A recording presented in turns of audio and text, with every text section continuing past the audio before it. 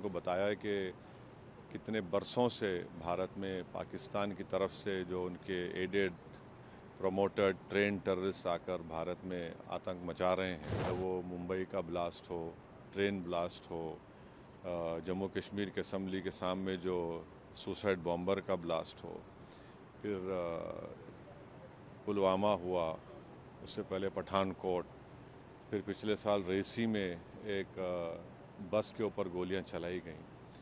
तो हमने बताया कि ये पूरा स्किट जिसमें ट्रेडमार्क्स पाकिस्तान का इन्वॉल्वमेंट इससे भी साबित होता है कि जो पहलगाम के टेररिस्ट अटैक के बाद टीआरएफ ऑर्गेनाइजेशन ने 2 मरतबा इंटरनेट के ऊपर उसको कबूल किया। सिक्योरिटी काउंसिल का जो सैंक्शन कमेटी के सामने दिसंबर 2023 में कह दिया था कि टीआरएफ पे आप सैंक्शन लगाइए, ये यहाँ पर भारत में गड़बड़ कर सकता है।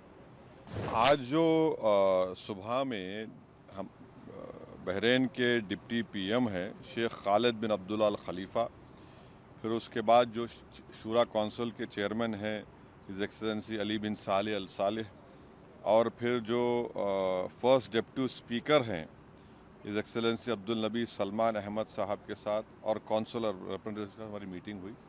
बहुत अच्छी मीटिंग हुई।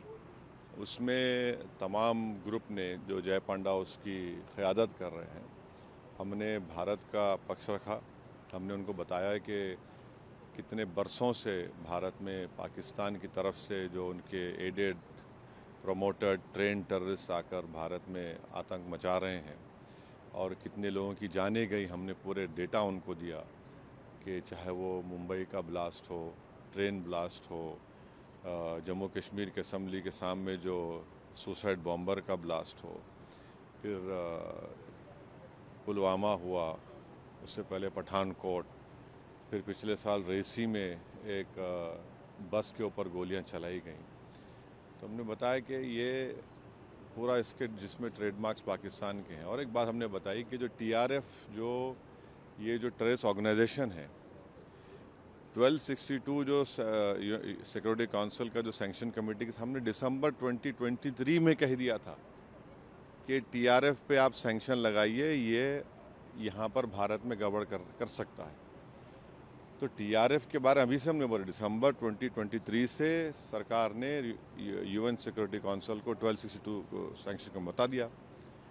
तो ये है। और तीसरी बात ये है कि बार बार ये जो पाकिस्तान जो अपने आप को बड़ा ही विक्टिम नहीं है, पाकिस्तान एग्रेसर है।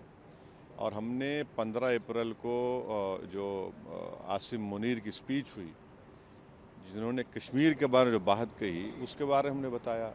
और फिर देखिए, पाकिस्तान का इन्वॉल्वमेंट इससे भी साबित होता है कि जो पहलगाम के टेररिस्ट अटैक के बाद टीआरएफ ऑर्गेनाइजेशन ने 2 मरतबा इंटरनेट के ऊपर उसको कबूल किया।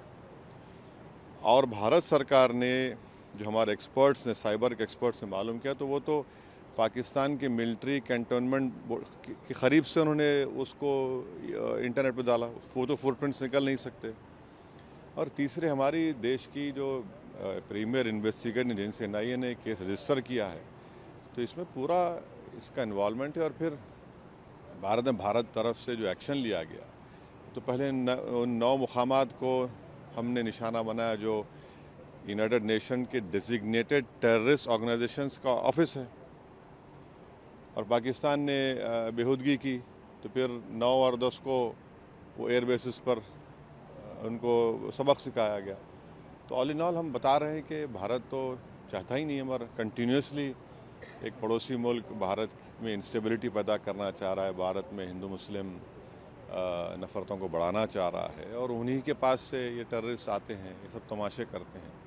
तो बहुत अच्छी मीटिंग्स हुई और सब ने इस पॉइंट को उनके सामने रखा, और उन्होंने भी सुना है। हम उनको ये कह रहे हैं कि आप भारत को आप जो देख रहे हैं, और भारत यहाँ पर बहरीन में तो 1962 तक रिज़र्व बैंक ऑफ इंडिया की तरफ से गल्फ रुपी इस्तेमाल होता था, और भारत पहला देश है जो एंटी कॉलोनियल स्टैंस लिया था यूनाइटेड नेशन में, और उसकी वजह से बहरीन को यहाँ पर अंग्रेज़ों को छोड़ के जाना पड़ा।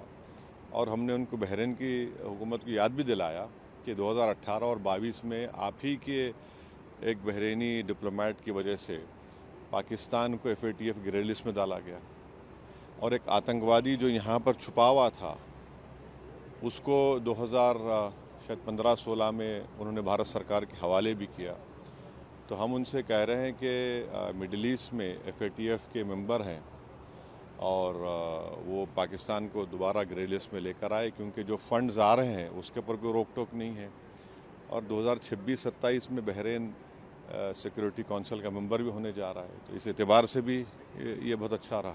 जिस तरह से टॉप लीडर से मुलाकात हुई, 2 दिन की बहरीन की विजिट ख़त्म होने वाली है, गवर्नमेंट की तरफ से, बहरीन गवर्नमेंट की तरफ से किस तरह का आश्वासन मिला? देखिए, हमने जो बातचीत की उन्होंने बड़ा अच्छा सुना, उन्होंने अपनी बातें भी रखी जो उनकी सरकार का ज़ाहिर अपना पक्ष रखे, हम अपनी सरकार की बात रखे। उनको बताए कि देखिए इनस्टेबल करने की जो कोशिशें की जा रही हैं भारत को, ठीक नहीं है और ना साउथ एशिया के लिए ठीक है, ना रीजन के लिए ठीक है, ना किसी के लिए भी ठीक है।